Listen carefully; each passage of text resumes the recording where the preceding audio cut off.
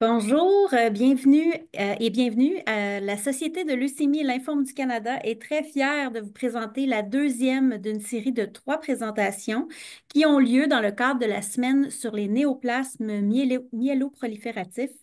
Faire le point sur la polycythémie vraie, la thrombocytémie essentielle et la myélofibrose. Prochaine diapo. Notre deuxième présentation a pour titre Comprendre la thrombocytémie essentielle, TE, diagnostic, traitement et suivi. Aujourd'hui, le docteur Marc-Étienne Baudet, hémato-oncologue au Centre intégré de santé et de services sociaux de Chaudière-Appalaches, abordera la thrombocytémie essentielle, un sous-type de néoplasme myéloprolifératif. Il passera en revue ce type de NMP, le diagnostic, les options de traitement et les aspects des, des soins de suivi. Je m'excuse. Il est maintenant temps de débuter la présentation. Mon nom est Jennifer Héroux-Bourduas. Je suis responsable des services à la communauté pour l'Est du Québec à la Société de leucémie et lymphome du Canada. La présentation durera environ 60 minutes et comprendra une période de questions et de réponses à la fin. Puisque vous êtes en grand nombre et en mode silencieux, nous vous invitons tout au long de la présentation à écrire vos questions dans la zone questions et réponses au bas de votre écran et nous les lirons à voix haute à la fin. En raison du grand nombre de personnes présentes et du temps limité, il se peut que nous ne soyons pas en mesure de répondre à toutes les questions. Notez également que Dr. Baudet ne peut pas répondre à des questions spécifiques sur l'état de santé d'une personne ou des questions ne portant pas sur le sujet de la présentation. Notez que la présentation d'aujourd'hui est enregistrée. Vous pourrez la visionner dans quelques jours sur notre site Internet. Prochaine diapo. Alors que nous nous connectons virtuellement aujourd'hui, prenons un moment pour réfléchir à l'importance de nos présences sur ces terres et à notre responsabilité commune d'en prendre soin.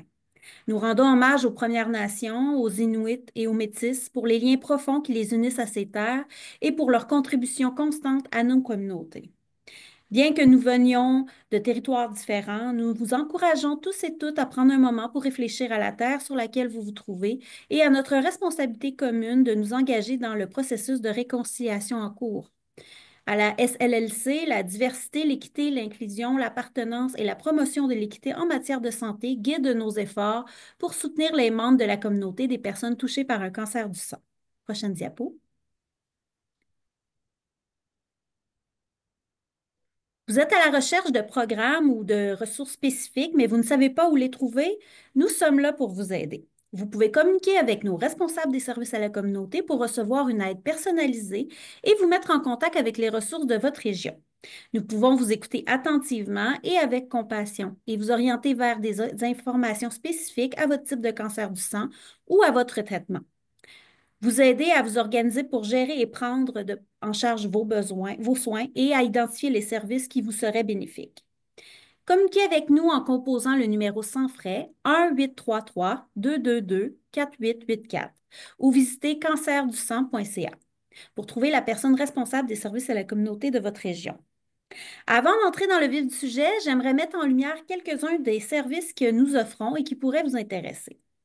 Nous savons que l'annonce du diagnostic d'une thrombocytémie essentielle peut être bouleversante, perturbante et difficile à comprendre. Mais vous n'êtes pas seul. La communauté des cancers du sang est là pour vous aider à toutes les étapes de votre expérience. Prochaine diapo. Nous vous invitons à visiter notre site Internet, cancer au pluriel du sang.ca. Notre objectif est de mieux servir la communauté et d'offrir une expérience améliorée. Prochaine diapo. Sur notre site Internet, vous trouverez de l'information et des ressources sur mesure de différents formats multimédia pour répondre à la diversité des besoins et des préférences, y compris ceux spécifiques à la thrombocytémie essentielle. Cela comprend des feuillets informatifs comme celui que vous voyez sur votre écran. De plus, nous avons une chaîne de balado intitulée Parlons des cancers du sang. Vous y trouverez des centaines de balados destinés aux personnes touchées par un cancer du sang et aux proches. Vous entendrez des spécialistes parler de sujets d'intérêt tels que les traitements, le diagnostic et la recherche. Aussi, vous pouvez écouter des témoignages de personnes touchées par un cancer du sang. Et également disponibles sur notre site Internet, des vidéos animées pour mieux comprendre et s'adapter à l'expérience avec un cancer du sang. Visitez cancerdusang.ca pour lire, écouter et regarder toutes ces excellentes ressources. Prochaine diapo. Avant de présenter notre conférencier, nous voulons aborder une situation importante pour la communauté touchée par un NMP, la pénurie de Pegasus.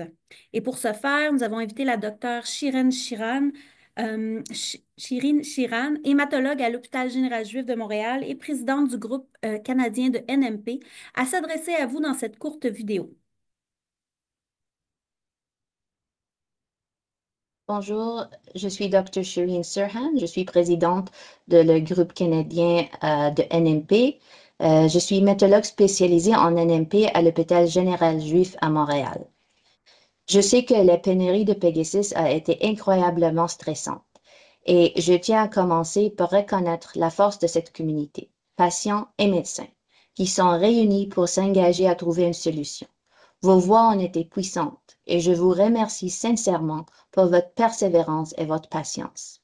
Grâce à nos efforts collectifs, Santé Canada a pris une mesure sans précédent. Pour la première fois, ils ont approuvé l'importation exceptionnelle de Ropeg, un médicament qui n'est pas approuvé par Santé Canada. Cette décision a été prise en réponse à la mobilisation des patients et des médecins. Cela reflète l'impact d'un front uni, patients, médecins et compagnies pharmaceutiques ensemble pour garantir l'accès continu au traitement. Nous travaillons actuellement sur plusieurs étapes pour gérer cette transition. Le stock restant de Pegasus, approximativement 60% de besoins, est en cours de redistribution entre les provinces afin d'assurer un accès équitable. Une lettre d'orientation a été préparée pour aider les médecins à faire un usage judicieux de Pegasus. Des réunions avec les autorités provinciales sont prévues pour déterminer comment Ropeg sera réimbursé et distribué, et nous attendons des mises à jour prochainement. Nous publions ensuite un document d'orientation expliquant la manière le plus sécuritaire pour passer de Pegasus à Ropeg. Je tiens également à prendre un moment pour saluer le dévouement de mes collègues médecins à travers le pays.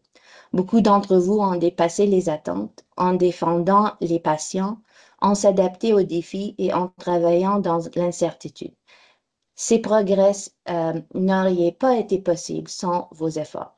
Je tiens également à remercier Forest Health pour leur soutien essentiel dans la mise en place rapide de la chaîne d'approvisionnement de Ropeg et pour avoir contribué à amplifier notre mobilisation. Il reste encore du travail à faire, mais on progresse.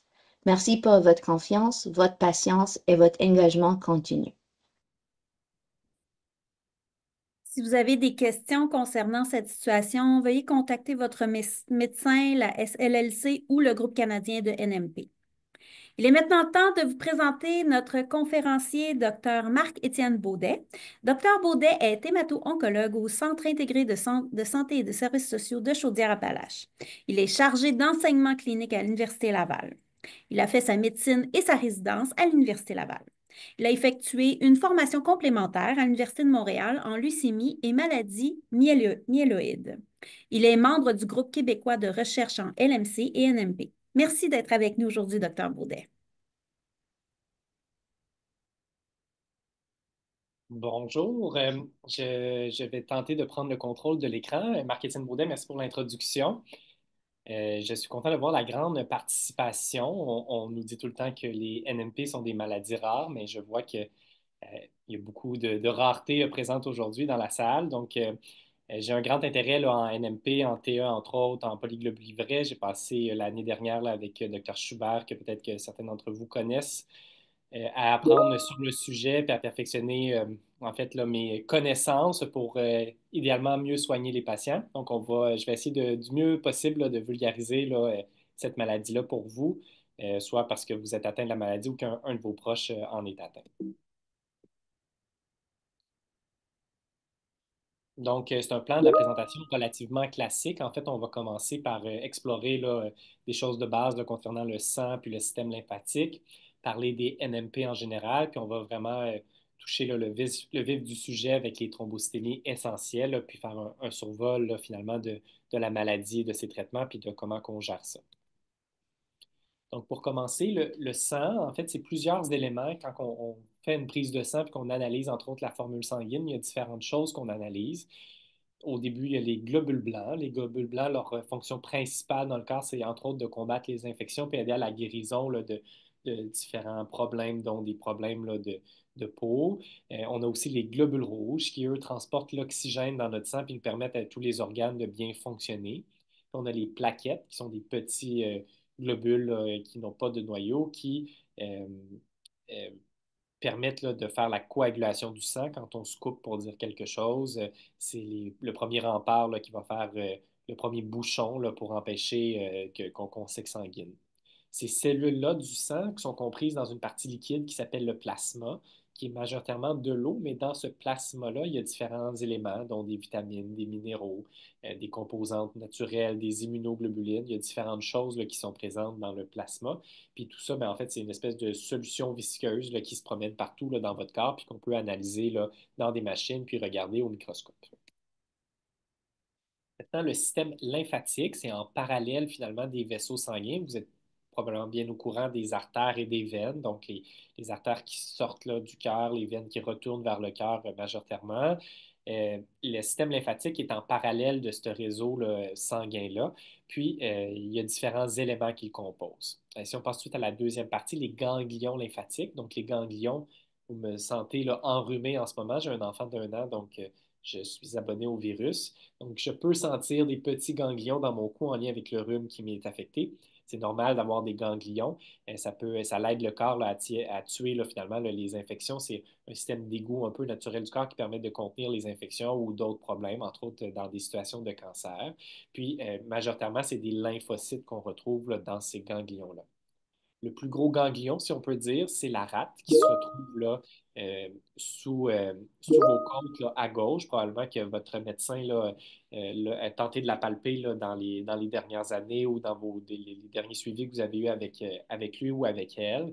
Donc, c'est un organe qui sert principalement à filtrer le sang, puis il peut augmenter là, de taille là, finalement là, dans certaines maladies myéloïdes, dont les néoplasies myéloprolifératives.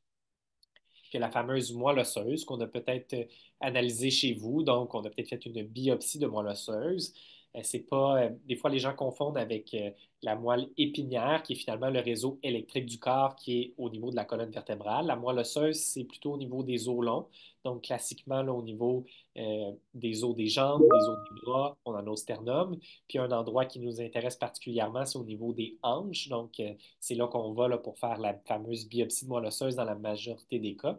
C'est pas l'os qui nous intéresse, c'est vraiment l'intérieur de l'os. Donc, pour ceux qui en ont déjà mangé, soit des ossobucaux ou de l'os à moelle, c'est vraiment la partie gélatineuse à l'intérieur. C'est l'usine de production des globules. C'est là que sont fabriquées là, les cellules sanguines, donc vos globules rouges, vos plaquettes et vos globules blancs, origine de là avant d'aller dans le sang.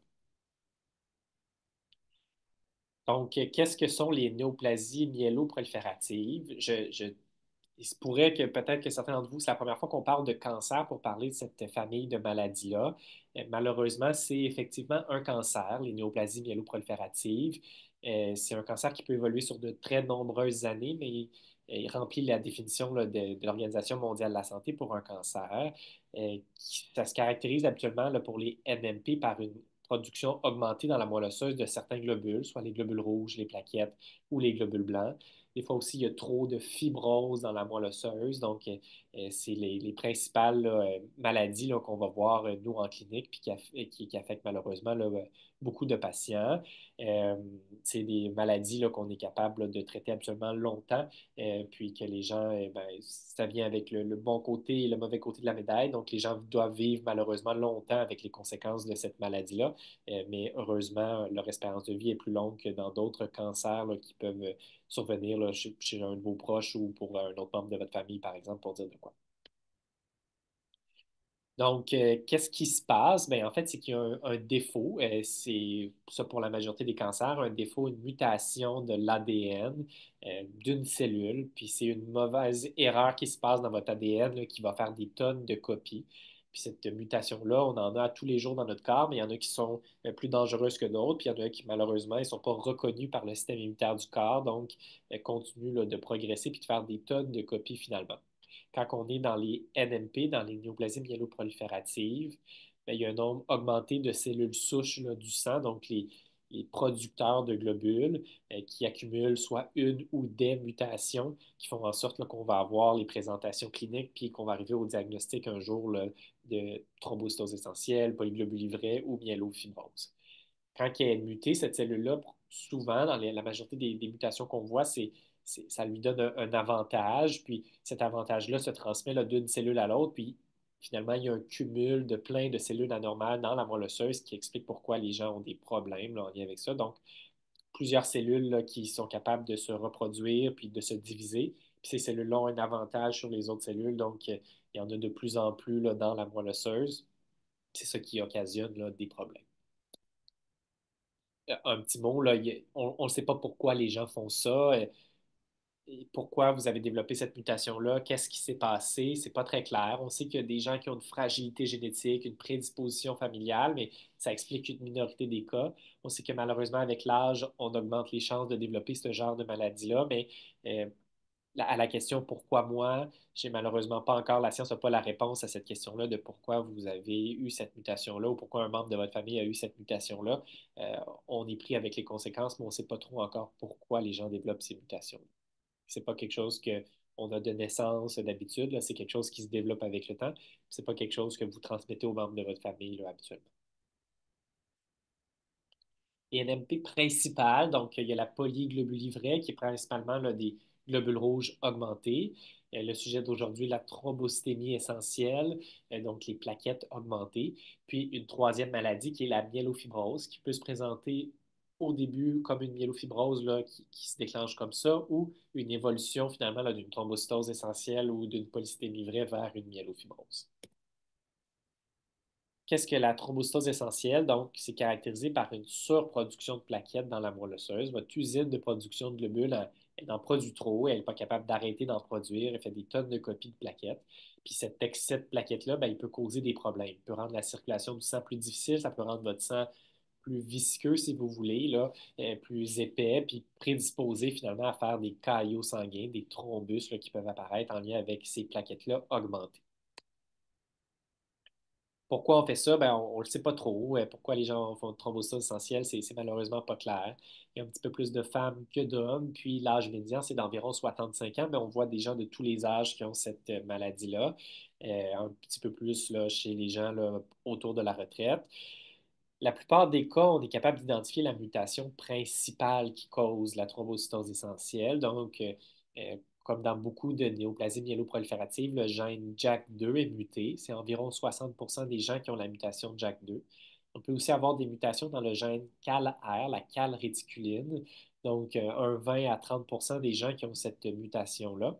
Puis un peu moins de 5% des gens ont une mutation plus rare du gène MPL qui peuvent tous là, finalement causer la thrombocytose essentielle.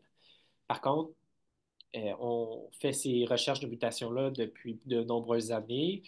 Puis malheureusement, là, il y a un 10, peut-être un peu plus que 10% des gens qui sont réputés triple négatifs. Donc, on n'a pas ces trois mutations-là. On a beau chercher les trois mutations, on ne les trouve pas. Puis maintenant, on est capable, avec des techniques moléculaires un petit peu plus sophistiquées, d'expliquer à peu près là, le quart de ces mutations, de ces thrombocytoses essentielles-là, qu'on n'a pas trouvé le gène de malade avec les analyses standards. Bon, avec des analyses un petit peu plus poussées, on est capable maintenant là, d'aller chercher une cause là, claire là, chez à peu près un quart là, des gens. Comment vous allez le ressentir, puis comment votre médecin qu'est-ce qu'il va rechercher finalement là, comme problème? Bien, les problèmes viennent entre autres en lien avec un nombre de plaquettes trop élevé qui peut former là, un caillot. Fait que pour certaines personnes, c'est une minorité, mais la présentation initiale, ils vont se présenter avec un caillot. Donc, ils vont consulter parce qu'ils ont une thrombose veineuse profonde, donc une phlébite là, dans le jargon, là, une phlébite au niveau soit de la jambe ou une phlébite ailleurs, mais classiquement au niveau de la jambe, donc avec une douleur au niveau de la jambe, une jambe enflée uniquement d'un côté, plus rouge, qui est pas comme d'habitude, que vous la sentez congestive. Ça pourrait être des signes d'une thrombose veineuse là, profonde au niveau de la jambe. Dans des présentations un petit peu plus dangereuses, il y a l'embolie pulmonaire, donc subitement, les gens se sentent très essoufflés avec une douleur dans la poitrine, classiquement qui est augmentée là, quand on prend des grandes respirations. Parfois de la toux, mais surtout l'essoufflement et les douleurs dans la poitrine qui sont tout classiques de l'embolie pulmonaire. Encore une fois, dans des choses dangereuses, mais heureusement plutôt rares, on peut se présenter avec une crise cardiaque, donc un infarctus, qui se présente avec une douleur là, classiquement chez les hommes serrative. Des fois, chez les femmes, c'est un peu moins classique là, comme présentation un peu vague là, de douleur, sans nécessairement qu'on ait justement là, la sensation d'oppression. ben, les gens sont plus essoufflés de manière un peu surprenante, peuvent même avoir de la nausée là, qui s'associe là, à cette douleur-là. Puis un dernier caillot là, aussi qui nous inquiète beaucoup, mais qui heureusement ne va pas trop souvent, c'est des AVC. Donc, les AVC, soit par des thromboses veineuses, là, peuvent se présenter avec des maux de tête, des étourdissements, mais des AVC un peu plus classiques là, au niveau des artères, avec des troubles de la vision, troubles du langage, une faiblesse là, d'un côté du corps ou une faiblesse de la moitié là, du visage. Ça, c'est des choses là, qui nous font penser à un AVC, puis qui font en sorte que je vous incite à consulter à l'urgence là, le plus rapidement possible si vous avez ces manifestations-là. Donc, ça, c'est les complications de caillots sanguins qui sont dangereuses, qu'on redoute. Puis, l'essentiel là, du traitement va être en lien à prévenir ces complications-là. Si vous ressentez des symptômes comme ça, vous êtes encouragé de jour en parler avec la clinique qui vous suit, mais dans le doute, là, vous n'hésitez pas à aller à l'urgence pour ce genre de présentation-là. Mais ce que vous allez surtout ressentir, puis la majorité des gens, leur problème, c'est dans la partie de droite, les autres signes et symptômes. De manière un peu paradoxale, à gauche, là, il y a le fait d'avoir trop de plaquettes, ça peut augmenter notre tendance à faire des saignements. Il y a une cascade là, de la coagulation qui peut être un peu désactivée là, par le trop plein de plaquettes. Là. Finalement, là, ça bloque là, tous les récepteurs là, du facteur von Willebrand qui font en sorte que les gens, finalement, même si on craint les caillots, finalement, ont une tendance à saigner plus là, en lien avec leur maladie. Fait que dans ce temps-là, ça va présenter avec des ecchymoses, des segments de nez, ils peuvent saigner au niveau des selles, des urines, peu importe. Là. Donc, ça pourrait se présenter de cette façon-là. Puis, évidemment, on vous donne des traitements qui peuvent éclaircir le sang. Donc, vous pourriez avoir, en lien avec nos traitements qui éclaircissent le sang, là, une tendance le plus élevée là, à saigner. Pour ce qui est des symptômes, puis je pense que ça vaut la peine qu'on en parle, il y a beaucoup de symptômes en lien avec la thrombocytose essentielle, puis beaucoup de symptômes qui sont difficiles à mesurer, documenter. Puis parfois, peut-être que vous ressortez d'un rendez-vous avec le médecin frustré ou incompris ou incomprise parce que vous avez l'impression qu'on vous dit vos chiffres sont beaux, je ne comprends pas qu'est-ce que vous avez comme symptômes, mais on le sait. Puis pour les experts en MP, pour nous, c'est clair, là, les patients sont plus fatigués que leurs voisins du même âge avec les autres qui n'ont pas le même problème de santé qu'eux. Donc, il y a des interleukines, des cytokines là, qui sont trop sécrétées là, dans la maladie qui expliquent la fatigue. Des fois, les gens ont une perte de poids, soit parce qu'ils ont une grosse rate ou qu'ils ont tout simplement une espèce d'anorexie, ils n'ont plus faim. On peut avoir des petites fièvres la nuit. Je vous incite à en parler à votre médecin si vous avez ça, là, des grosses sueurs la nuit là, au point de détremper le lit, de devoir changer les draps. Euh, Ce que les gens peuvent ressentir, là, qui sont un peu inhabituels par rapport à d'autres maladies, c'est des douleurs et des rougeurs dans les extrémités, classiquement au niveau des mains ou au niveau des pieds, avec une sensation soit de brûlure ou de picotement là, qui viennent, qui partent ou qui peuvent même être permanents, puis qui sont apparus finalement dans les dernières années, puis on ne comprend pas trop là, pourquoi ces symptômes-là sont là. Le classique, là, c'est l'érythromélalgie, là, donc justement là, les mains qui sont très rouges et qui font mal à ce moment-là, mais sans nécessairement voir de rougeur. Des fois, les gens ont des picotements là, dans les mains, les pieds, là, ou des sensations de brûlure qui sont en lien finalement probablement avec le fait qu'il y a trop de plaquettes là, dans les très petits vaisseaux sanguins. Donc, sans faire un gros caillot sanguin, les très petits vaisseaux sanguins des extrémités là, peuvent être partiellement obstrués puis occasionner ces symptômes-là. Hypertrophie de la rate. Donc, si la rate se met à grossir, ben, elle peut faire plus mal. Vous pouvez la sentir plus pleine. Mais il y a une panoplie d'autres symptômes que, en suivant des patients à la clinique NMP, puis en suivant des patients ici maintenant là, à Lévis, là, que les gens me rapportent. Puis c'est clair qu'il y a un lien avec la maladie. On voit entre autres des acouphènes, on voit des maux de tête plus importants qu'avant, avec des migraines, du grattage qu'il n'y avait pas auparavant, une panoplie de symptômes comme ça que c'est comme difficile à expliquer, puis c'est difficile à documenter, puis on ne sera pas capable de faire un examen pour prouver qu'il y a un lien avec la thrombocytose essentielle. Mais et d'un, de reconnaître là, que c'est en lien avec cette maladie-là, des fois, ça peut soulager, puis de ne pas s'inquiéter qu'il y a quelque chose d'autre. Puis de deux, des fois, avec l'optimisation des traitements, on est capable de soulager certains de ces symptômes-là. Malheureusement, il y en a certains que c'est plus difficile à soulager, par exemple la fatigue, mais il y en a certains comme les espèces de douleurs là, ou les engourdissements étranges là, qu'on peut arriver là, à mieux soulager. Comment on fait le diagnostic? Donc, ben, en premier, on va prendre votre histoire médicale en général. Donc, on va regarder votre dossier médical, vous questionner s'il y a des antécédents médicaux qui nous ont échappé dans votre dossier, faire un examen, là, puis entre autres, regarder la taille de votre rate. Les choses qui vont beaucoup nous intéresser comme hématologue, c'est entre autres l'analyse de votre sang, donc la fameuse formule sanguine complète. C'est un des tubes qu'on prend quand on prend des prises de sang, qu'on analyse dans une machine pour compter le nombre de globules dans votre sang. Le frottis de sang périphérique, c'est qu'on va étendre une petite goutte de sang sur une lame de verre pour regarder le tout au microscope. Puis on va faire un bilan biologique un petit peu plus large, là, regarder comment vos reins fonctionnent, comment votre foie fonctionne, est-ce qu'il y a de l'inflammation dans votre corps, des choses un peu de base pour voir s'il y a des conséquences. Puis on peut aussi demander des tests de coagulation sanguine, entre autres avec ce que je vous jasais tout à l'heure. Donc, on peut avoir une espèce de manière paradoxale, une prédisposition à saigner un peu plus là, en lien avec notre maladie, surtout quand on a des plaquettes très élevées. En thrombocytose essentielle, si on veut être absolument certain de notre diagnostic, l'Organisation mondiale de la santé puis le consensus international là, pour les diagnostics là, de maladies du sang, des cancers du sang, nous recommandent, en fait, nous demandent de faire une biopsie de moelle osseuse là, pour confirmer le diagnostic. Certains médecins, des fois, s'abstiennent pour des raisons parce qu'ils ont l'impression que ça ne changerait pas leur conduite puis sont assez convaincus du diagnostic.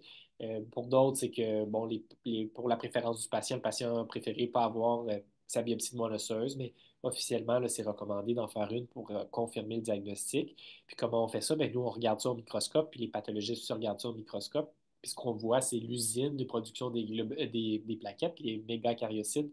Bien, il y en a plus que d'habitude, puis ils sont de forme anormale ou ils se regroupent de forme anormale. Donc, nous, dans ce temps-là, on est plus à l'aise avec le diagnostic. L'autre chose qui nous aide beaucoup, c'est les analyses moléculaires. Comme je vous disais, on est capable de trouver une mutation qu'on ne trouve pas d'habitude dans la population générale chez à peu près 90% des gens. Donc, comme c'est la mutation la plus fréquente, souvent on va commencer par le JAK2. Puis si au laboratoire là, spécialisé de biologie moléculaire, ben, on ne retrouve pas la mutation de JAK2, on va demander ensuite la CALR, puis ensuite la MPL. Puis parfois, par la suite, là, pour les thrombocytoses essentielles, on va faire des nouvelles analyses là, qui sont disponibles là, au Québec là, depuis à peu près 1 an, de séquençage de nouvelle génération pour aller chercher des explications là, chez le 10 à 15% des gens là, qu'on n'a pas trouvé de mutation. Donc, les fameux critères diagnostiques, donc ça, c'est les critères là, de l'OMS, donc l'Organisation mondiale de la santé. Qu'est-ce que ça prend? Bien, ça prend, premier critère, des plaquettes trop élevées. Donc, le chiffre a été fixé à 450 avec 2 prises de sang anormales au moins, là, parce que les plaquettes peuvent s'augmenter pour d'autres raisons là, que d'une maladie de la moelle osseuse. On demande une biopsie de moelle osseuse où on voit l'usine de production des plaquettes là, qui est anormal avec trop un trop grand nombre puis des formes qu'on ne voit pas d'habitude. Puis on nous demande d'exclure d'autres maladies, puis c'est là que la biopsie de moelle osseuse vient aider des fois. Il faut être sûr qu'il n'y ait pas une autre NMP ou une autre maladie sous-jacente de la moelle osseuse qui pourrait là, donner le change là, pour une thrombocytose essentielle. On demande d'avoir la présence d'une des mutations.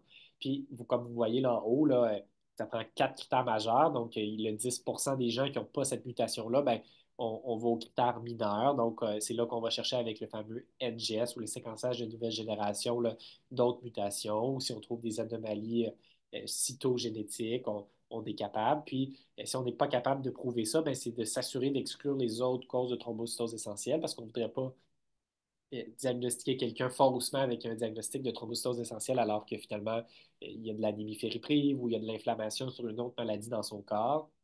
Donc, il y a un travail un petit peu plus important là, de s'assurer d'exclure les autres choses dans ce temps-là. Une fois qu'on a fait le diagnostic, pour nous, c'est important de stratifier le risque, en fait, de séparer les gens en catégories de risques, parce que même si c'est la même maladie, il y a des risques différents. Puis la majorité de notre stratification, de nos séparations là, pour le risque, c'est basé sur le risque de faire des KIO dans le futur, c'est basé sur le risque de faire des thromboses et non pas sur le risque d'évoluer vers une maladie plus agressive ou le risque de survie au long cours. C'est surtout axé sur diminuer le risque de faire des KIO.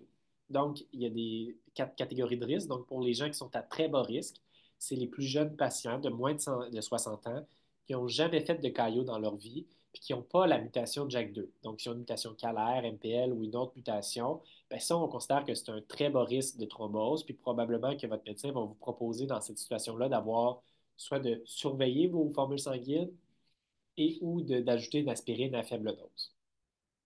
Si vous êtes à bas risque, donc vous avez moins de 60 ans, pas d'antécédent de thrombose, mais vous avez la mutation de JAK2, ben là, c'est plus clair qu'il faut vous donner de l'aspirine. Puis dans certains cas, si vous avez beaucoup de symptômes ou il y a des éléments qui nous inquiètent, on pourrait peut-être vous proposer un traitement pour diminuer là, vos plaquettes. Chez les gens à risque intermédiaire, c'est très zone grise. Donc, quand on est dans cette catégorie-là, c'est les gens qui ont 60 ans et plus. en fait, qui n'ont jamais thrombosé dans leur vie, puis qui n'ont pas la mutation qu'on redoute plus pour les thromboses, la mutation de JAK2. Donc là, ici, ben, c'est clair qu'on donne de l'aspirine à ces patients-là s'ils tolèrent bien, puis qu'il n'y a pas de saignement. Puis on peut discuter avec eux là, du bénéfice et du risque là, de commencer un traitement pour faire baisser les plaquettes. Mais sachez que dans cette zone-là, la littérature est beaucoup moins claire. Puis, dépendamment d'où vous allez dans le monde, demander à un très grand expert international en Italie versus un très grand expert international aux États-Unis, ben, ils n'auront pas nécessairement la même réponse là, à vous offrir sur est-ce qu'il y a un bénéfice ou pas à donner un traitement. C'est plutôt là, zone grise. Donc, vous pourriez être très à l'aise là, de remettre en question là, un traitement dans cette situation-là, si vous, surtout vous avez des effets secondaires et qu'on ne réussit pas à vous convaincre là, du bénéfice. La catégorie de risque élevée, ça, c'est beaucoup plus clair dans la littérature qu'il y a un avantage à être un petit peu plus agressif là, pour diminuer le risque de caillot. Donc, si vous avez 60 ans et plus et la mutation de JAK2, fait que première combinaison, ou si vous avez déjà fait un caillot dans votre vie, là, c'est le deuxième élément qui pourrait en faire en sorte qu'on, oui, on va donner de l'aspirine, on va faire un traitement qu'on appelle cytoréducteur, un traitement pour diminuer là, le nombre de plaquettes. Donc, comment on traite justement les maladies. Donc, l'objectif principal du traitement, du moins en 2025, c'est de prévenir le risque de thrombose. Donc, on commence avec une aspirine à faible dose, l'aspirine là, de bébé qu'on appelle Asafen, l'aspirine 80 ou 81 mg, c'est ce qu'on a disponible là, au Québec. Donc, soit une, dans certaines situations spéciales, 2 fois par jour là, qu'elle va être donnée. Puis, on va donner un traitement cytoréducteur selon le risque. Donc, comme je vous disais là, dans la slide précédente. Donc, les patients qui sont à plus haut risque de faire des caillots, ben, on réussit à se convaincre que ça vaut la peine de diminuer là, leur plaquette pour prévenir là, l'apparition future d'autres caillots ou du premier caillot.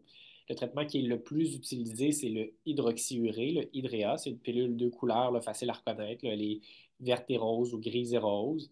C'est un médicament qu'on il y a juste une formulation là, du 500 mg, donc votre médecin va vous prescrire 1 à 2 comprimés, des fois 3 comprimés ou des alternances 1 à 2 comprimés pour ajuster là, le nombre de plaquettes là, au seuil qui a été fixé là, pour essayer d'avoir des plaquettes le plus proche possible de la normale. Un autre traitement qui peut être utilisé habituellement en deuxième intention, là, soit parce que l'hydréa n'a pas fonctionné ou vous a donné trop d'effets secondaires, c'est l'agrilin, la nagriline, un médicament qui peut donner, entre autres, là, des palpitations, qui peut un petit peu augmenter le risque de saignement, puis qui, des fois, donné là, 2 fois par jour.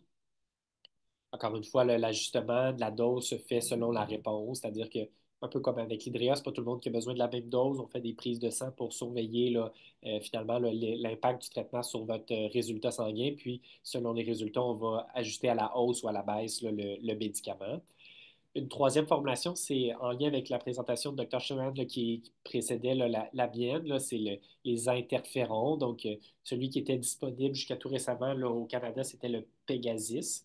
Pegasis, on l'utilise, là, c'est un médicament qui se donne en injection sous la peau aux semaines, dans certaines situations aux 2 semaines.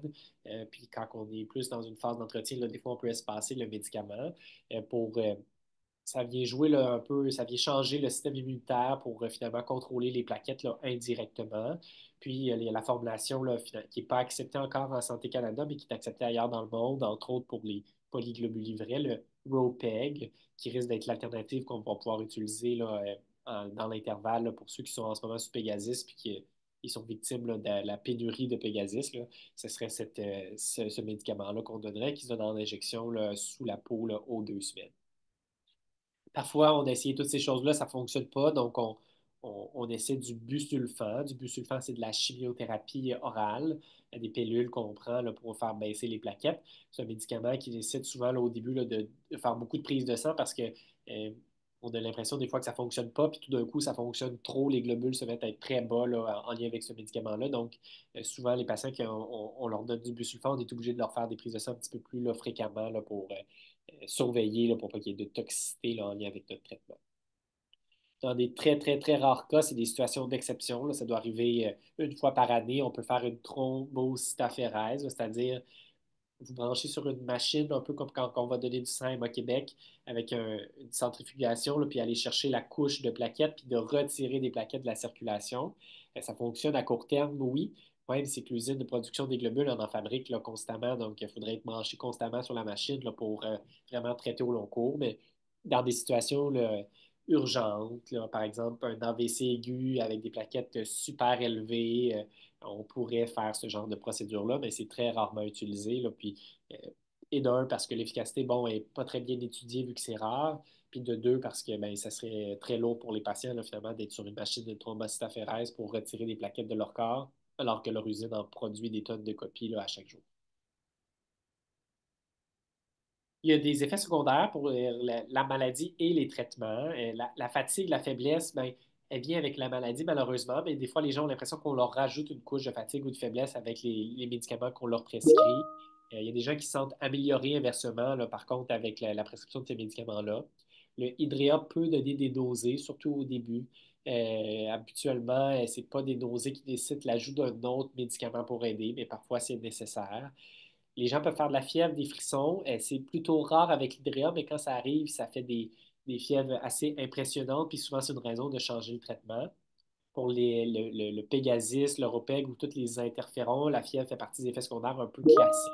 Les gens, la journée de leur injection, ont l'impression d'avoir un rhume, la grippe, là, de se sentir moins bien, des frissons, des courbatures, un petit peu de douleur articulaire. Donc, ça peut venir là, comme effet secondaire d'un médicament.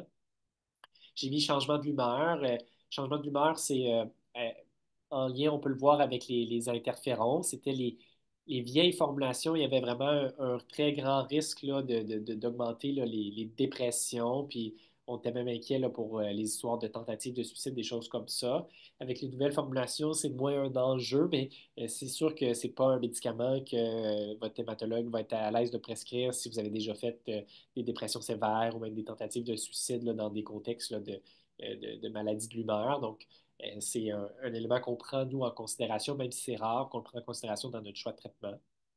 Les, L'anagrelide, l'agrilin peut donner des palpitations. Les gens vont le sentir, là, des fois, même tout juste après avoir pris leur médicament, ils sentent leur cœur qui palpite.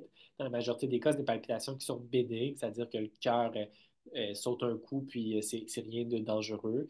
Mais chez les gens qui ont beaucoup de problèmes cardiaques, ben, ça serait une raison des fois de ne pas donner ce médicament-là ou du moins de faire une surveillance un petit peu plus rapprochée. Il y a des changements cutanés. Les gens voient des changements au niveau de leurs ongles. Ils peuvent voir des changements au niveau de la peau, des petites taches au niveau de la peau qui apparaissent. À très long terme, donc quand ça fait 10 ans, 15 ans, 20 ans que vous avez de l'hydréa, il peut apparaître là, des ulcères au niveau de la peau qui guérissent très mal. Classiquement, là, ils sont au niveau des jambes. C'est une raison de changer l'hydréa. Donc, si vous avez des nouveaux ulcères au niveau des jambes, même si ça fait longtemps que vous avez ce médicament-là, ça peut quand même en être la cause. Des fois, c'est oublié.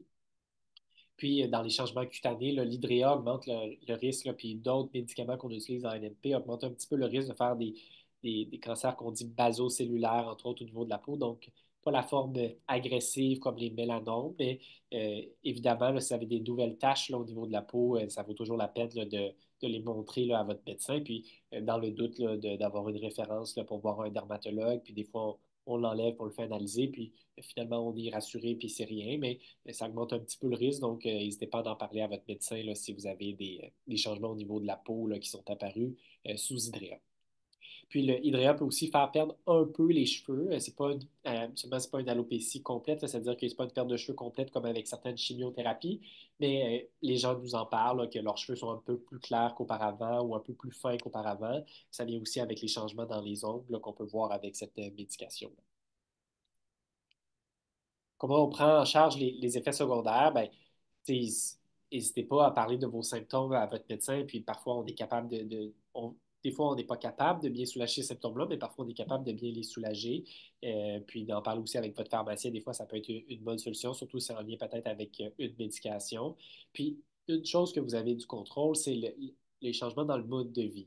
On voit maintenant là, petite étude là, du groupe québécois là, de recherche en NNP où on se rend compte finalement que pour jouer sur la fatigue, probablement que l'exercice physique, c'est un des éléments qui était rapporté par les patients là, eux-mêmes qui amélioraient le plus leurs symptômes de fatigue. Donc, les gens qui tombaient dans le cercle vicieux de la fatigue puis qui faisaient de moins en moins de choses, ben, ça allait de mal en pis. Puis inversement, quand ils auront commencé à faire de la marche sur une base régulière ou recommencer à faire leur hobby sportif qui les intéressait, ben, ils ont l'impression finalement que leur fatigue va en diminuant. C'est un peu paradoxal. Les gens sont comme, ben, si je m'active, pourquoi je suis moins fatigué? Mais on voit ça, puis vous n'êtes pas tout seul, puis c'est rapporté par plusieurs patients. Donc, l'activité physique peut aider. On parlait de caillots, hein, nous, on veut prévenir les caillots. Donc, c'est sûr que tout ce qui est en lien avec les facteurs de risque cardiovasculaires, donc la santé de vos vaisseaux sanguins, ben, vous pouvez nous aider. Donc, la cigarette, c'est un ennemi pour nous. Si on est capable de diminuer, voire d'arrêter le tabagisme, ben, ça peut assurément nous aider. De bouger plus, donc d'avoir un mode de vie actif, donc de marcher là, 30 minutes par jour, 5 fois par semaine, ou d'avoir de l'activité un petit peu plus intense là, de manière régulière. Ça peut aider pour la santé des vaisseaux sanguins. Donc, vous pouvez nous aider là, à ce que ça se passe mieux là, dans le futur. L'alimentation là, variée avec la diète méditerranéenne pour protéger votre corps, ben, c'est toutes des choses qui peuvent aider, puis qui peuvent aider aussi pour la fatigue. Donc, c'est une manière que vous avez du contrôle là, finalement là, pour aider là, votre santé cardiovasculaire, puis prévenir finalement le risque de caillots sanguins. Donc, qu'est-ce qu'on fait une fois qu'il y a des complications? Si y a un caillot sanguin, probablement qu'on va vous proposer un anticoagulant si c'est un caillot veineux. Si c'est un caillot au niveau artériel, il se pourrait qu'on change votre aspirine pour une autre sorte de médicament qui éclaircit le sang, comme du Plavix, clopidogrel, des choses comme ça, ou qu'on fasse voir les cardiologues pour installer des tuteurs au niveau du cœur. Puis on va gérer le caillot sanguin une fois qu'il apparaît. Je viens de vous parler du mode de vie sain qui peut aider pour la santé cardiovasculaire puis diminuer la fatigue. Puis, un des symptômes qui, des fois, incomodent beaucoup les patients, c'est le prurite. Donc, les antihistaminiques, là, les réactines de ce monde et autres peuvent être utilisés pour aider. Des fois, la photothérapie, l'exposition au soleil peut aider, pas pour tout le monde. Puis, dans certains cas, on rajoute de la médication supplémentaire comme du Lyrica, qui est le prégabalin, ou du gabapentin, qui est le neurontin. Mais ça, c'est à discuter là, avec votre médecin là, si ça se présente. Absolument, on a tendance à commencer par les antihistaminiques, là, donc Réactine, Benadryl et compagnie. Il y a des précautions à prendre quand on a une NMP, donc surtout pour les thrombocytoses essentielles. Il y a, euh, de manière un peu paradoxale, un risque augmenté de segments. Donc, oui, on est plus à risque de faire des caillots, mais on voit dans les petites études qui ont été faites sur le sujet qu'il y a plus de segments là, en lien avec l'opération. Donc, on avise les chirurgiens qu'il y a un risque un petit peu plus important de segments. Ils sont un petit peu plus précautionneux durant les chirurgies. Pour ce qui est des grossesses, ben, malheureusement, la grossesse en soi, ça augmente le risque de caillots sanguins. Donc, le fait d'avoir une thrombocytose essentielle et une grossesse, c'est une grossesse plus risquée. Si vous tombez enceinte et que vous êtes euh, porteuse de cette maladie-là, ben, je vous incite à parler rapidement avec votre hématologue ou le médecin qui vous traite pour ça. Il y a des médicaments aussi qui ne peuvent pas être pris, là, qui ne sont pas compatibles là, avec la grossesse parce qu'ils sont tératogènes, là, donc toxiques pour le fœtus. L'hydréa est le grand classique de tout ça. L'anagrilide, on ne l'aime pas vraiment, mais l'hydréa, c'est clair là, que c'est toxique. Donc, votre médecin va vous faire un plan de match personnalisé. Là, si soit vous voulez tomber enceinte ou si vous êtes enceinte, là, puis comment on va faire pour diminuer là, le risque là, de caillot durant votre grossesse. Je parle un petit mot sur les essais cliniques. Il n'y en a pas si souvent en thrombocytose essentielle, mais quand il y en a, ça vaut la peine parfois d'y participer. C'est des études, mais ce n'est pas des études les gens nous demandent souvent la question, est-ce que je vais être un cobaye? Ben, la réponse est oui puis non. Là. Non, pas dans le sens probablement que vous pensez là, de cobaye, mais oui, on va tester quelque chose des fois de nouveau ou des fois quelque chose de connu, mais qu'on ne sait pas si c'est meilleur que ce qu'on aurait utilisé d'habitude dans votre situation. Donc, ça nous permet là, finalement d'améliorer les soins parce que c'est la meilleure manière de faire, c'est de faire une étude bien structurée qui compare contre le traitement usuel pour nous permettre de déterminer si on devrait changer notre pratique comme médecin. On est habitué de faire quelque chose, on teste quelque chose de nouveau contre l'ancien traitement, puis si quelque chose de nouveau est meilleur puis bien documenté, ben, ça nous conforte à prescrire ça à tout le monde finalement maintenant comme nouveau traitement. Ces études-là sont super bien encadrées. Il y a des comités d'éthique, il y a des comités réviseurs, il y a différents systèmes de protection là, qui protègent les patients, puis c'est l'élément le plus essentiel, là, la protection des patients dans ces essais cliniques-là. Donc, souvent, il y a un suivi là, un petit peu plus là, rapproché dans ces études-là qui fait en sorte qu'on peut évaluer là, plus rapidement là, s'il y a des effets secondaires en lien avec le traitement. Quand vous devez y participer, ben, si on vous en propose un, effectivement, mais des fois, si vous êtes au courant, vous avez entendu dans un groupe de soutien qu'il y avait peut-être une étude intéressante, vous pouvez aller sur le site, il y a le GEOC, le GEOQ au Québec, là, qui permet de voir les études cliniques disponibles. Puis c'est pas juste chez les gens qui ont une maladie très avancée. Des fois, c'est des les nouveaux médicaments vont parfois être utilisés dans des maladies très avancées parce qu'on ne sait pas encore si ça fonctionne ou si c'est sécuritaire. Mais des fois, on a des études en première ligne, c'est-à-dire on n'a encore rien commencé, puis on veut tester, voir si le nouveau médicament fonctionne mieux que l'ancien médicament. Donc, ça peut exister ce genre d'études-là. Puis le but, c'est d'améliorer soit la durée de vie des gens ou la qualité de vie des gens. Et c'est comme ça qu'ils sont designés, là, les études. Un petit mot sur l'immunosuppression. Vous êtes un peu immunosupprimé par la thrombocystose essentielle, mais pas tant que ça. Puis la majorité des traitements qu'on donne donnent une immunosuppression légère. Parfois, en lien avec une dose trop forte du médicament, vos neutrophiles pourraient être bas, puis on pourrait vous dire temporairement que vous êtes plus à risque d'infection.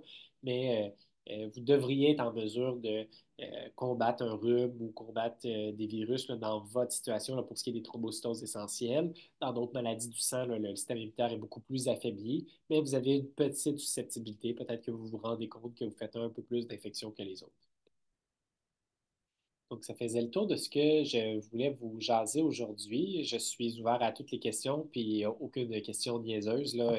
C'est le temps de poser les questions s'il y avait des choses qui vous brûlaient les lèvres. Ben, merci beaucoup, beaucoup, Dr. Baudet. Là. C'était très intéressant comme présentation. Donc oui, en effet, c'est maintenant l'heure des questions. On a quand même reçu plusieurs questions pendant la présentation.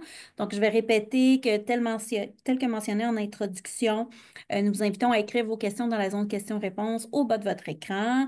Nous les lirons à voix haute puisque vous participez en grand nombre et que le temps est limité. Se peut que nous ne soyons pas en mesure de répondre à toutes les questions. Notez également que Dr. Baudet ne peut pas répondre à des questions spécifiques sur l'état de santé d'une personne ou des questions ne portant pas sur le sujet de la présentation. Donc, je vais commencer avec les questions. On a reçu avant la présentation, mais aussi les semaines avant. Donc, là, j'en ai reçu pendant. Je vais passer celle pendant. Donc, j'avais ici...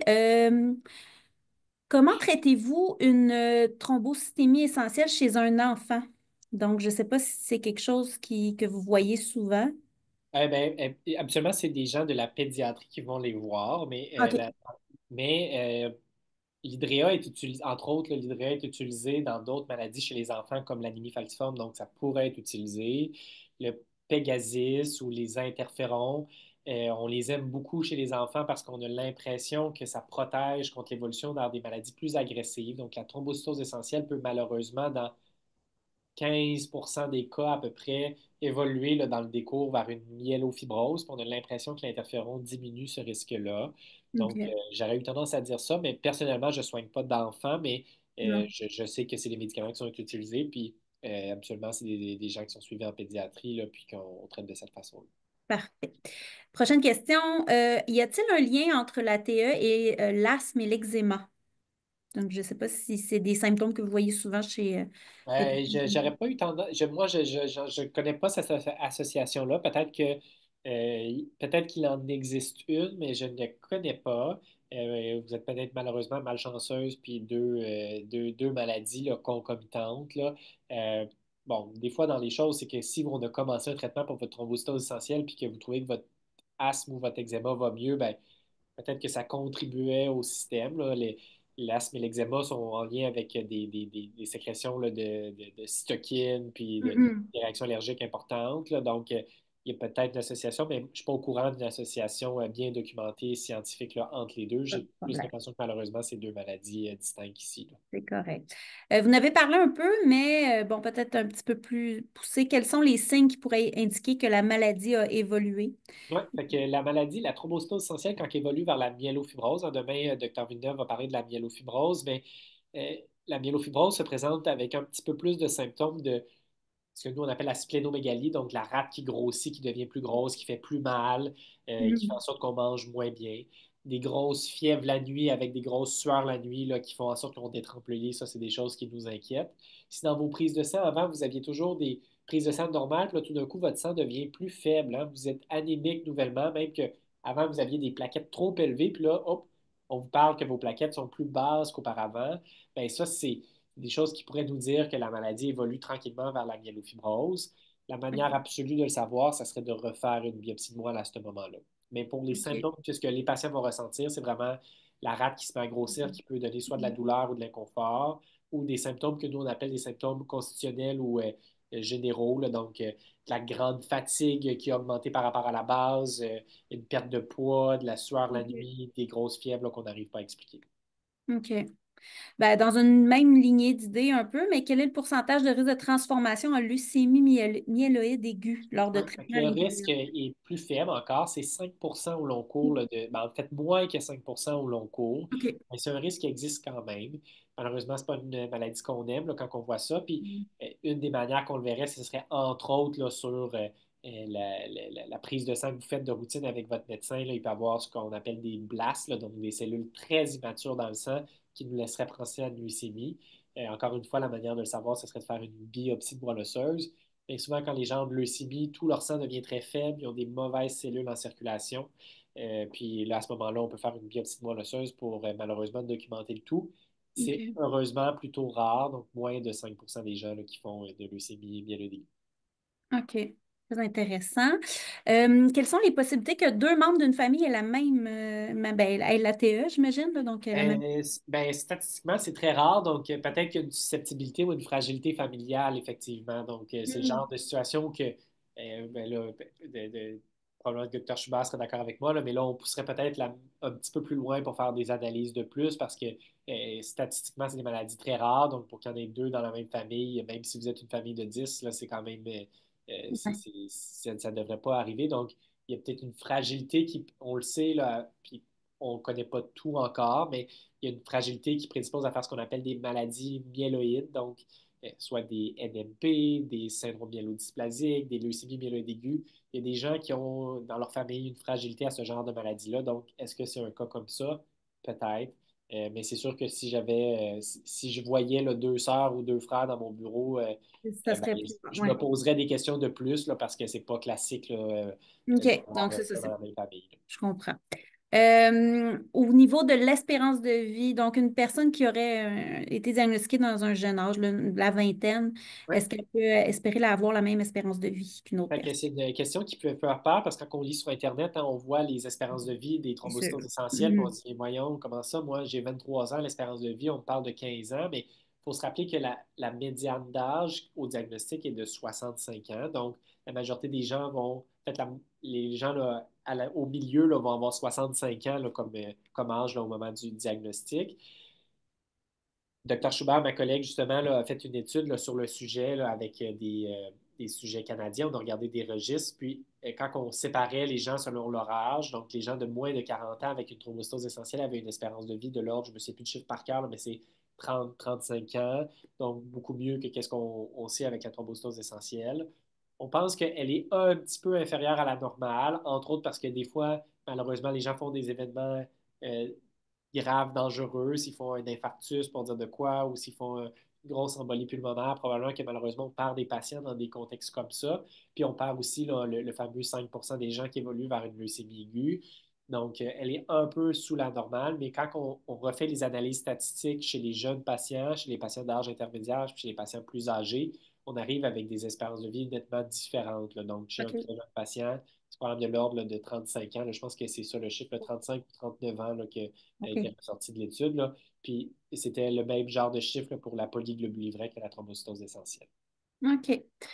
Puis finalement, vous en avez un peu effleuré avec l'exercice, tout ça, mais est-ce que certaines habitudes de vie peuvent ralentir l'évolution de la maladie? Si oui, lesquelles?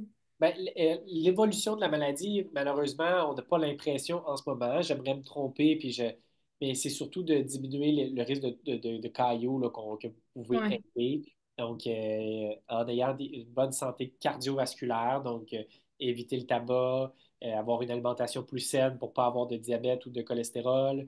Si on est pris avec du cholestérol ou du diabète ou de l'hypertension, de bien contrôler ces problèmes là, de santé vasculaire là, qui peuvent prédisposer à faire des caillots. Ça peut aider, mais des choses que les gens peuvent faire pour diminuer le risque d'évolution de la maladie, malheureusement, je n'en connais pas encore. J'aimerais ça que ça existe. Par contre, ce qui est clair, c'est que les gens ressentent moins de fatigue, se sentent mieux psychologiquement quand ils font de l'activité physique. Donc, je répète, je vous encourage à vous trouver un hobby qui vous motive à bouger parce que visiblement, ça l'aide les gens parce que ça protège leur cœur, mais ça aide les gens aussi à mieux vivre avec leur maladie. OK. Aussi, est-ce qu'il y a nécessairement, vous n'avez un peu effleuré là, est-ce qu'il y a nécessairement la présence d'une mutation génétique dans le sang ou la moelle osseuse dans le cas d'une TE? Eh bien, on va en trouver. je vais prendre ma Ouais. retraite et on va toutes les avoir, ou 99%. Pour le moment, on est capable d'expliquer avec les trois mutations classiques environ 90% des mutations. Puis avec les analyses plus poussées qu'on a de disponibles au Québec, quand je le répète, ils sont disponibles au Québec, pas besoin d'envoyer ça aux États-Unis, Hmm. ou même dans le reste du Canada, là, français, même le réseau anglais, là, mais pour Oui. nos collègues qui sont, nos amis qui sont ici, là, francophones du reste du Oui. Canada, c'est disponible au Canada. Donc, on est capable d'aller chercher là, un pourcentage de plus. Là. Bon, 25-50%, c'est pas trop clair, là, mais un pourcentage de plus de mutations. Donc, chez la très grande majorité des gens, on est capable de trouver une mutation qui explique la maladie. Malheureusement, probablement parce qu'on ne connaît pas tout ou parce que nos analyses ne sont pas encore assez sophistiquées, il reste encore des gens qui ont le diagnostic de thrombocystose essentielle sans qu'on ait la fameuse mutation là, qui explique leur maladie. OK. Aussi, est-ce qu'on peut guérir complètement d'une TE ou faut-il toujours avoir recours à une greffe de moelle? Oui, c'est une très bonne question. Et on pense qu'en ce moment, on n'est pas capable de guérir les thrombocytoses essentielles. Hmm. L'intérêt d'utiliser de l'interféron, c'est entre autres de changer le devenir de la maladie. Puis on sait que des gens qui sont exposés à de l'interféron pendant quelques années sont capables d'avoir des fois des rémissions sans traitement, plusieurs années. Au mesure dans leur sang, leurs plaquettes deviennent normales, on espace leur dose d'interféron, les plaquettes restent normales, on redose même leur mutation, pour dire de quoi, Jack 2, on n'est plus capable de la trouver. Puis là, on dit, bon, ben, vous semblez en réponse moléculaire, on est super content, on va prendre une pause de traitement. Ces gens-là, j'en ai vu une dernièrement, 10 ans plus tard, ces plaquettes se sont bien remontées. Là, elle a eu besoin de nouveau d'avoir besoin d'un traitement. Bon, fait qu'on ne pense pas être capable de les guérir. Puis pour ce qui est de la greffe de moelle osseuse, ben, ça serait une avenue, mais la greffe de moelle osseuse, malheureusement, c'est très dangereux. Ben, c'est très dangereux pour Il y le a des risque risques. et Ouais. pour l'espérance de vie qu'on a avec la maladie qu'on parle aujourd'hui. Donc, c'est une solution qu'on ne propose pas aux patients d'habitude parce que c'est trop risqué, puis on risquerait de nuire. Puis même quand on guérit la maladie, la greffe de moelle osseuse est associée avec un risque de réaction de rejet. Là. Donc, si les gens vivent avec finalement du rejet chronique en échange d'une thrombocytose essentielle, le jeu absolument ne vaut pas la chandelle. Je comprends. Merci beaucoup d'avoir pris le temps. Vous avez été très généreux. Puis merci aux participants là, d'avoir posé ces excellentes questions. Je vais vous demander la prochaine diapo. Nous vous invitons à notre prochaine présentation dans le cadre de la semaine sur les NMP, évolution des thérapies dans la myélofibrose MF, amélioration des traitements et de la prise en charge, demain, jeudi le 20 février à 13 heures. Visitez lecancerdu-sang.ca pour les détails et pour vous inscrire. Prochaine diapo. Cet événement a été rendu possible grâce au soutien de Forus Therapeutics, Pharma Essentia et GSK. Prochaine diapo. Avant de vous quitter, j'aimerais vous rappeler que nous sommes là pour vous. Si vous êtes à la recherche de ressources, de soutien, n'hésitez pas à communiquer avec nous par courriel ou en composant le 1-833-222-4884. Veuillez noter qu'un court sondage vous sera envoyé après cette présentation. Merci de prendre un moment pour y répondre afin de nous aider à planifier les événements futurs. Encore merci, docteur Marc-Étienne Baudet, et merci à tous. Prenez bien soin de vous.